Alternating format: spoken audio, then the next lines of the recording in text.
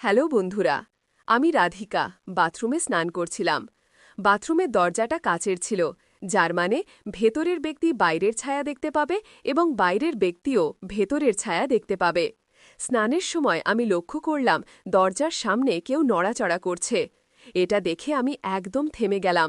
তারপর ভাবলাম, এটা কি হতে পারে? হয়তো কেউ সূচনায় সেখানে দিয়ে যাচ্ছে বা অন্য কিছু করছে। আমি রাস্তেরই আনছিলাম কি করব। তারপর খুব কষ্টে নিজেকে সামলে নিয়েছি। আপনারা বুঝতেই পারছেন সেই মুহূর্তে আমার মন কী অবস্থায় ছিল। আমি দ্রুত তোয়ালে জড়িয়ে নিলাম। তখনই সম্ভবত সে আমার আওয়াজ শুনে ফেলেছিল। আমি বাথরুম থেকে বের হয়ে এমন ভাব করলাম যেন আমি কিছুই জানি না, না কিছু দেখেছি, না কিছু বুঝেছি। তারপর সোজা আমার রুমে চলে গেলাম এবং ইচ্ছে করে দরজাটা একটু খুলে রেখে দিলাম। আমি ভাবলাম, যদি এটা সূচনা হয় তাহলে সে আবার এদিকে আসবে না। কিন্তু যদি ইচ্ছে করে সে এমন করে থাকে তাহলে বারবার আসবে। আর সত্যি যেমন ভেবেছিলাম তেমনই হলো। আমি দেখলাম সে আমার রুমের দরজার সামনে দিয়ে যাচ্ছে এবং স্পষ্ট দেখতে পেলাম সে আমাকেই দেখছে। সেই মুহূর্তে আমি বুঝে উঠতে পারছিলাম না কি করব। কিন্তু তারপর নিজেকে বললাম, রাধিকা, যদি সে নিজে তোমার কাছে আসে তাহলে সে যা চায় তাকে তাই দিয়ে দাও। যাই হোক, ভাগ করে নিলে কিছু কমে যায় না। এই ভাবনা আসার সাথে সাথেই আমি নিজেকে সেই মুহূর্তের হাতে সঁপে দিলাম। আমি কাপড় বদলে একটি হালকা স্বচ্ছ নাইটি পরলাম। তারপর ড্রয়িং রুমে টিভি দেখতে গেলাম। সেও সেখানে বসেছিল। সে আমাকে দেখে বলল, দিদি, কিছু পান করতে আনব?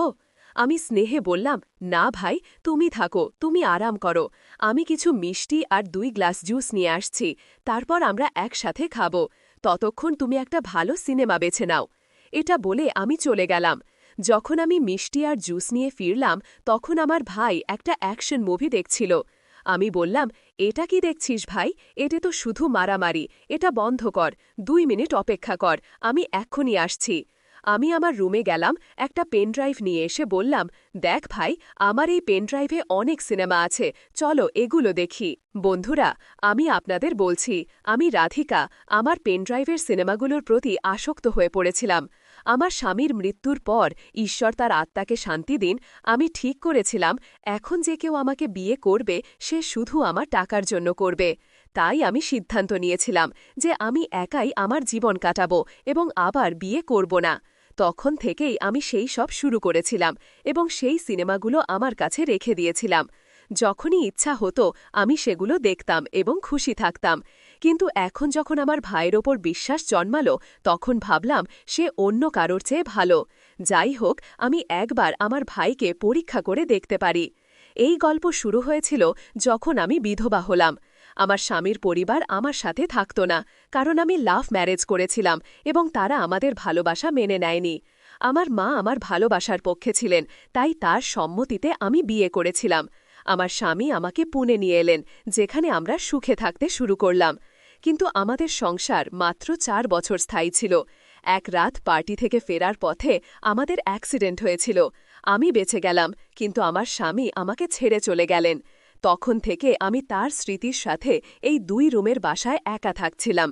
যখন আমার স্বামীর মৃত্যুর খবর পেলেন তখন তিনি আমাকে সান্ত্বনা দিতে লাগলেন এবং বারবার বলতে লাগলেন যে তিনি আমার ভাই অর্জুনকে আমার সাথে থাকতে পাঠাবেন। তিনি বলতেন, রাধিকা, তুমি কতদিন একা থাকবে? লোকজন নানা কথা বলে। আমি বলতাম, মা, আমাকে একা থাকতে দাও, আমি খুশি আছি। কিন্তু মা বলতেন, না, বিয়ে করে ফেল। আমি বলতাম, মা, একদম বিয়ে করব না। তখন মা বললেন, ঠিক আছে, তাহলে অর্জুন তোমার সাথে থাকবে। আমি বললাম, ঠিক আছে, ভাইকে পাঠিয়ে দাও, কিন্তু বিয়ের জন্য আবার চাপ দিও না। এরপর অর্জুন আমার সাথে থাকতে চলে এলো। আমি অর্জুনের জন্য আলাদা একটা রুম তৈরি করেছিলাম, যেখানে একটা কম্পিউটার রেখেছিলাম যাতে সে পড়াশোনা করতে পারে। আমি তাকে বললাম, অর্জুন, তুমি এখানে থাকো, কিন্তু তুমি যা কিছু দেখবে বা শুনবে তার কথা কখনো উল্লেখ করবে না। সে জিজ্ঞেস করল, দিদি, তোমার মানে কি? আমি বললাম, ঠিক যেটা বললাম, তুমি পড়াশোনা করো, বাকি বিষয়গুলো নিয়ে মাথা ঘামাবে না। সে আমার কথা বুঝতে পারেনি, কিন্তু আমি ভাবলাম এখন আমাকে সতর্ক থাকতে হবে। তবু কিছু জিনিস লুকানো যায়নি এবং ধীরে ধীরে সে আমার সম্পর্কে জানতে শুরু করল। আর এখন বর্তমান সময় ফিরে আসি। যখন আমি জুস আর মিষ্টি রেখে পেনড্রাইভে সিনেমা শুরু করলাম তখন অর্জুন বিস্পক হয়ে গেল। আমি ইচ্ছে করেই এমন করেছিলাম। আমি জিজ্ঞেস করলাম, কি হয়েছে ভাই? এত সে কিছু বলেনি দিদি। আমি জিজ্ঞেস করলাম, ফিল্মটা কেমন লাগছে? সে বলল, দিদি এটা কি চলছে? এটা তো বিরক্তিকর ফিল্ম। আমি বললাম, লজ্জা পাচ্ছ? যাই হোক, আমি তোমাকে গতকাল দেখে ফেলেছি। সে চমকে গেল এবং বলল, দেখে ফেলেছ মানে? আমি বললাম, হ্যাঁ, আমি তোমাকে বাথরুমের দরজার ফাঁক থেকে উঁকি দিতে দেখেছি এবং কাঁচের দরজা দিয়ে তোমার ছায়াও দেখেছি। আমি তোমাকে আমার বেডরুমের সামনে দিয়ে যেতেও দেখেছি। সে বলল, হ্যাঁ, কিন্তু সেটা সংযোগে হয়েছিল দিদি। আমি বললাম, মিথ্যা বলো না, না হলে আমি রাগ করব। সত্য বলো। যদি সত্য বলো, তাহলে আজকের রাত তোমার জীবনের সবচেয়ে স্মরণীয় রাত হবে। সে সাহস করে বলল, হ্যাঁ দিদি, আমি আপনাকে দেখেছি। আমি জিজ্ঞেস করলাম, তুমি এমন কেন করলে? সে বলল, দিদি, আমি গতরাতে আপনাকে দেখেছি এবং শুনেছি যখন আপনি আপনার রুমে ছিলেন। আপনার আওয়াজ অনিচ্ছাকৃতভাবে বের হলে আমি আপনার রুমের দিকে গেলাম, কিন্তু যা দেখলাম তা আমাকে অস্থির করে দিয়েছে। আমি জিজ্ঞেস করলাম, কি দেখলে? সে বলল, বস, এতটুকুই দিদি। আমি বললাম, ঠিক আছে, এখন বলো তুমি কি চাও। সে বলল, কি মানে দিদি? আমি বললাম, ফিল্মে যা হচ্ছে তা তো দেখছই না। সে বলল, হ্যাঁ, এটা তো পাগল করে দেবে। আমি বললাম, কেন পাগল করে দেবে? সে বলল, দিদি, আমি যুবক, এমন জিনিস দেখলে কি হবে? আমি বললাম, কিছুই না, এবং অনেক কিছু। আজ আমি তোমাকে সেই অনুভূতি দেব যা তুমি আগে কখনো পাইনি। বন্ধুরা, সত্যি বলতে, না তার বিশ্বাস হচ্ছিল না আমার। আমি জানতাম না যে আমি এমন কিছু করতে পারি, কিন্তু সেই মুহূর্তটা খুব বিশেষ ছিল। আমার অনেক দিন হয়ে গিয়েছিল, তাই আমি সব ভুলে গিয়ে সেই মুহূর্তে হারিয়ে গেলাম। আমার ভাই অর্জুন এখন যুবক হয়ে গিয়েছিল। সে এমন ছিল যে কোনো নারী তাকে পছন্দ করতে পারত। সে সব জানত, কিন্তু আমাকে একটু ভয় পেত। যখন আমি ফিল্মের হিরোইনের মতো তার সামনে এলাম, তার সাহস বেড়ে গেল। তারপর আমরা সেই রাতে একে অপরের মধ্যে হারিয়ে গেলাম। আমি বারবার তার দিকে এগিয়ে গেলাম এবং সেও আমার মধ্যে ডুবে গেল। শেষে আমি বললাম, বস করো অর্জুন, আমি আমার হক নিয়ে নিয়েছি, এখন আর দরকার নেই। সে বলল, কিন্তু দিদি, আমার মন এখনো ভরেনি, আমি আরও চাই। আমি বললাম, আমি আছি না, যা চাও নিয়ে নাও। তারপর সে এমন কিছু করল যা আমি স্বপ্নেও ভাবিনি। সে আমার জন্য নতুন ছিল, যেমন প্রথমবার অনুভব করছি। আমি বিশ্বাস করতে পারছিলাম না আমার সাথে কি ঘটছে। সেই অভিজ্ঞতা আমার ধারণার বাইরে ছিল। আমি খুব খুশি ছিলাম, কারণ এই অনুভূতি অনন্য ছিল। সেই দিন থেকে আমাদের সম্পর্ক বদলে গেল। আমার ভাই আমাকে প্রতিদিন প্রচুর ভালোবাসা দিতে শুরু করল।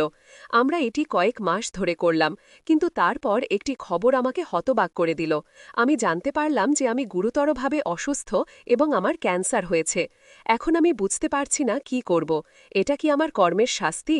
আমি আপনাদের সাথে আমার গল্প শেয়ার করছি যাতে আপনারা আমাকে পরামর্শ দেন। আমি জানি আপনারা বলবেন যে এটা আমার কর্মের ফল, কিন্তু আমি চাই আপনারা আমার অনুভূতি বুঝুন। আমার জায়গায় নিজেকে রেখে দেখুন এবং তারপরও পরামর্শ দিন। আমি আপনার পরামর্শের অপেক্ষায় থাকব এবং সেগুলো মনোযোগ দিয়ে পড়ব। তো বন্ধুরা, এটা ছিল আমার গল্প। আপনাদের কেমন লাগলো কমেন্ট করে অবশ্যই জানাবেন। যদি পছন্দ হয় তবে লাইক করুন এবং বন্ধুদের সাথে শেয়ার করুন। এমন গল্পের জন্য আমাদের চ্যানেল সাবস্ক্রাইব করুন এবং বেল আইকন টিপতে তার ভুলবেন না। সাথে ছুটিতে ধন্যবাদ। শহরে নিয়ে গিয়েছিলাম। আমি হোস্টেলে থেকে পড়াশোনা করতাম, তাই আমার মায়ের সাথে খুব কম সময় কাটিয়েছিলাম। ছুটিতে আমরা একে অপরের খুব কাছাকাছি চলে এসেছিলাম। এরপর যা ঘটেছিল তা পরের গল্পে দেখুন। হ্যালো বন্ধুরা, আজকের আমাদের এই গল্পে আপনাকে স্বাগতম। আমার নাম অরবিন্দ এবং আমার বয়স এখন 24 বছর। এই গল্পটি আমার এবং আমার মায়ের, যা একটি সত্যি গল্প। আমার মায়ের নাম আঁচল এবং তার বয়স এখন 43 বছর। তিনি শরীরে একটু মোটা, কিন্তু দেখতে খুব সুন্দর। যখন আমি ছোট ছিলাম তখন আমার বাবা চাকরির জন্য বিদেশে চলে গিয়েছিলেন। এরপর তিনি সেখানেই বিয়ে করে ফেলেন এবং কখনো ফিরে আসেননি। এই ঘটনায় আমার মা খুব কষ্ট পেয়েছিলেন, কিন্তু ধীরে ধীরে তিনি সামলে ওঠেন। এখন আমাকে লালন পালনের সব দায়িত্ব মায়ের ওপরেই এসে পড়েছিল, তাই তিনি নিজের জন্য চাকরি খুঁজতে লাগলেন। কিছুদিন পর আমার মামা আমার মাকে একটি চাকরির কথা বললেন, যেখানে একটি বড় কোম্পানির বসের সেক্রেটারির কাজ ছিল। প্রথমে মা মানা করলেন, কিন্তু মজবুরি ছিল, তাই মা রাজি হয়ে গেলেন এবং চাকরি জয়েন করে নিলেন। এখন এতে একমাত্র সমস্যা ছিল যে সেক্রেটারি হওয়ার কারণে মাকে সবসময় বসের সাথে আন্তর্জাতিক সফরেও যেতে হতো, আর আমি তখনও ছোট ছিলাম। যখন মা আন্তর্জাতিক সফরে যেতেন তখন আমাকে সবসময় আত্মীয়-স্বজনের বাড়িতে রেখে যেতেন। আমি শেষ পর্যন্ত বাড়ির চেয়ে বেশি সময় আত্মীয়-স্বজনের সাথেই কাটিয়েছি। যখন তিনি ছোট ভ্রমণে যেতেন তখনও আমাকে আমার নানির বাড়িতে রেখে যেতেন। কিছুদিন পর আমাকে বোর্ডিং স্কুলে পাঠিয়ে দেওয়া হলো এবং আমি সেখানেই হোস্টেলে থাকতে লাগলাম। যখন আমি কলেজে এলাম তখনও আমি ডরমিটরিতে থাকতাম। সেই বছরগুলিতে আমি আমার মাকে শুধুমাত্র গ্রীষ্মের ছুটিতেই দেখতাম, সেটাও তখন যখন আমরা বিশ্বের কিছু সেরা জায়গায় ছুটি কাটিয়েছি। দুর্ভাগ্যবশত তার এই চাকরির কারণে এই সুযোগ সাধারণত 4 বা 5 দিনের বেশি স্থায়ী হতো না। গ্র্যাজুয়েশনের পর আমি গ্রীষ্মে কিছু মহিলা বন্ধুদের সাথে ডেটিং করে নিজেকে ব্যস্ত রাখার পরিকল্পনা করলাম, কিন্তু ঠিক সেই দিনেই মায়ের ফোন এলো এবং তিনি বললেন, অরবিন্দ, আমি গোয়ায় আমাদের ছুটির জন্য সমুদ্রের পাশে একটি জনপ্রিয় রিসর্ট বুক করে ফেলেছি এবং আমাদের 2 দিন পর বেরোতে হবে। এটা শুনে আমার মন খারাপ হয়ে গেল, কারণ মা আমার সাথে না জিজ্ঞেস করেই সব বুক করে ফেলেছিলেন। আমার তো তৈরি পরিকল্পনা নষ্ট হয়ে গেল, কিন্তু একটা খুশিও ছিল যে অনেক দিন পর মায়ের সাথে সময় কাটানোর সুযোগ পাওয়া গেছে। তাই আমি সব ভুলে খুশি হয়ে গেলাম। পরের দিন সকালে আমি ডরমিটরি থেকে বাড়ির জন্য বেরিয়ে গেলাম। যখন আমি বাড়ি পৌঁছালাম তখন মাও বাড়ি এসে গিয়েছিলেন। বাড়ি যেতেই মা আমাকে জড়িয়ে ধরে বললেন, কেমন আছে আমার ছেলে? আমি বললাম, ভালো আছি মা, শুধু তোমার খুব মিস করছি। তখন মা বললেন, বেটা, এই জন্যই তো তোমার সাথে ছুটিতে যাওয়ার পরিকল্পনা করেছি, যাতে আমরা দুজনেই একসাথে সময় কাটাতে পারি। এরপর আমরা দুজনেই খাবার খেলাম এবং মা বললেন, অরবিন্দ, তোমার প্যাকিং করে ফেলো, আমাদের কাল সকালে বেরোতে হবে। আমি বললাম, ঠিক আছে মা, এবং আমি আমার রুমে গিয়ে প্যাকিং করে ঘুমিয়ে পড়লাম।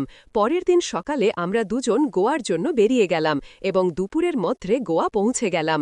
সেখানে পৌঁছে আমি দেখলাম যে মা হোটেল না নিয়ে সরাসরি সমুদ্রের পাশে একটি ছোট্ট তারপর মা হঠাৎ করে আমার জীবনে অনেক আগ্রহ নিতে শুরু করলেন এবং আমরা কথা বলতে অনেক সময় কাটাতে লাগলাম। তাকে কাছে থেকে দেখলে আমি বুঝতে পারতাম যে তিনি এখনও ভালো অবস্থায় আছেন।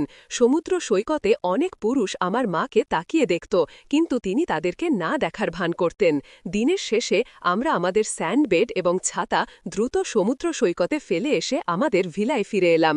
কাপড় বদলে আমরা একটি স্থানীয় রেস্টুরেন্টের ছাদে রাতের খাবার খেতে গেলাম। রেস্টুরেন্টে আমরা একটি মার্টিনি এবং সালাদ দিয়ে শুরু করলাম। তারপর লবস্টার এবং অন্যান্য সামুদ্রিক খাবারের সাথে হালকা ফ্রেঞ্চ হোয়াইট ওয়াইন নিলাম। রাতের খাবারের পর আমরা রেস্টুরেন্টের পাশের রাস্তায় হাঁটতে বের হলাম। রঙিন ভিড়ের মধ্যে হাঁটতে হাঁটতে আমরা বার এবং ক্যাফেতে বাজানো সঙ্গীত শুনতে পাচ্ছিলাম। মা আমার হাত ধরে হাঁটছিলেন। তখনই আমি তাকে বললাম, মা, আশেপাশের লোকেরা কি ভাবছে? মা বললেন, ভাবুক, আমাদের কি? তার এই কথা শুনে আমি অবাক হয়ে গেলাম এবং ভাবতে লাগলাম শেষ পর্যন্ত আমার মা কেন এমন কথা বলছেন। যখন আমরা বাড়ি পৌঁছালাম তখন আমরা সূর্যাস্ত উপভোগ করতে ছাদে বসলাম। মা তার ব্যাগ থেকে একটি শ্যাম্পেনের বোতল বের করলেন এবং আমাকে খুলতে বললেন। তারপর তিনি পাতলা শ্যাম্পেন গ্লাসে শ্যাম্পেন ঢেলে আমাকে দিলেন। তিনি আমার পাশে বসলেন এবং তার গ্লাস থেকে আমাকে পান করাতে লাগলেন এবং বললেন, আমার ছেলে কত বড় হয়ে গেছে। তারপর তিনি আমাকে মাথা থেকে পা পর্যন্ত এক ভিন্ন দৃষ্টিতে দেখছিলেন। কিছুক্ষণ পর আমরা বাড়ির ভিতরে চলে এলাম। ভিতরে এসে মা একটি হালকা নীল রঙের গাউন পরলেন এবং আমরা বসে শ্যাম্পেনের সাথে কথা বলতে লাগলাম। তিনি তার পা আমার দিকে থাকা চেয়ারে রাখলেন। এটি দেখে আমি বুঝতে পারছিলাম না যে মা কেন এসব করছেন। আমি প্রথমে কিছুটা ঘাবড়ে গিয়েছিলাম, কিন্তু কিছুটা শ্যাম্পেন পান করার পর আমি সাহস করে তার দিকে তাকালাম। তখন আমি দেখলাম যে তার মুখে আজ এক ভিন্ন অভিব্যক্তি ছিল। আমার এইভাবে তাকানো তাকে মোটেও বিরক্ত করছিল না। তিনি হাসতে হাসতে জিজ্ঞাসা করলেন, বেটা, আমি কি তোমার ভালো লাগি? আমি বললাম, হ্যাঁ মা, খুব। কিছুক্ষণ পর আমরা দুজনেই বেডরুমে চলে গেলাম, যেখানে আমি আমার মায়ের অনুরোধে কিছু সুগন্ধি মোমবাতি জ্বালালাম। আমাদের বেডরুমে ধীরে ধীরে ইংরেজি সঙ্গীত বাজছিল। আমরা বেশ মাতালো হয়ে গিয়েছিলাম, কারণ আমরা অনেক শ্যাম্পেন পান করেছিলাম। আমরা বিছানায় শুয়েছিলাম তখন মা বললেন, আজ আমি অনেক রোদ পেয়েছি, তুমি কি আমার পিঠে লোশন লাগিয়ে দেবে? আমি বললাম, হ্যাঁ মা, অবশ্যই। তিনি আমার সামনে তার পা রাখলেন এবং আমি হাতে লোশন নিয়ে তার পায়ে লাগাতে লাগলাম। তখন তিনি কোনো দ্বিধা ছাড়াই আমাকে জিজ্ঞাসা করলেন, বেটা, বলো তো, আমার সম্পর্কে তোমার কি মনে হয়? আমার মুখ থেকে হঠাৎ উত্তর বেরিয়ে এলো, অসাধারণ। তখন মা আমার দিকে তাকিয়ে বললেন, বেটা, আমি এতদিন তোমাকে নিজের থেকে দূরে রেখেছি, এ ব্যাপারে তোমার কি মনে হয়, আমি কেমন মা? তখন হঠাৎ আমার মনে হলো যে আমরা আমাদের জীবনে এত কম সময় একসাথে কাটিয়েছি। ছোটবেলা থেকে মায়ের কথা মনে করার সমস্ত অনুভূতি আমার স্মৃতিতে ভেসে উঠল। আমার চোখ থেকে অশ্রুর ধারা বয়ে পড়তে লাগল। হঠাৎ মা আমার দিকে তাকালেন এবং তিনি লিকাট উঠে এসে আমাকে জড়িয়ে ধরে বললেন, আমাকে মাফ করে দিও বেটা, আমি খুব খারাপ মা। আমি চাকরির চক্করে আজ পর্যন্ত আমার ছেলেকে নিজের থেকে দূরে রেখেছি। তুমি চাইলে আমাকে কোনো শাস্তি দিতে পারো, আমি মানি। মা বললেন, আমি বুঝতে পারছি বেটা তোমার কি কষ্ট হয়েছে, কিন্তু এখন আমি প্রতিজ্ঞা করছি আজকের পর কখনো তোমাকে আমার থেকে দূরে রাখব না, এমনকি যদি আমাকে চাকরি ছাড়তে হয়। এটি শুনে আমি খুব খুশি হলাম এবং আমি শক্ত করে মাকে জড়িয়ে ধরে বললাম, না মা, তোমাকে কোনো শাস্তি দেব না। তারপর আমরা দুজনেই একে অপরের অশ্রু মুছে দিলাম। তারপর সারা রাত বসে আমরা অনেক হাসি ঠাট্টা করলাম। আমার মনে হলো যেন আজ জীবনের সমস্ত সুখ পেয়ে গেছি। পরের দিন আমরা আমাদের বাড়িতে ফিরে এলাম। এখন আমার মা তার চাকরি ছেড়ে দিয়েছেন এবং বাড়ির কাছে একটি বিউটি পার্লার খুলেছেন, যা দিয়ে আমাদের বাড়ি ভালোই চলে। এখন আমরা দুজন মা ছেলে ভালোভাবে জীবন কাটাচ্ছি এবং আমাদের জীবনে খুব খুশি। তাই বন্ধুরা, এটা ছিল আমাদের ছোট্ট মা ছেলের গল্প। আপনি এই গল্পটি কেমন লেগেছে কমেন্ট করে অবশ্যই জানাবেন। যদি গল্পটি আপনার ভালো লেগে থাকে তবে এটি লাইক করুন এবং আপনার বন্ধুদের সাথে শেয়ার করুন। এ ধরনের আরও রোমাঞ্চকর গল্পের জন্য আমাদের চ্যানেল সাবস্ক্রাইব করুন এবং বেল আইকন টিপতে ভুলবেন না, যাতে আপনি আমাদের কোনো গল্প মিস না করেন। ধন্যবাদ।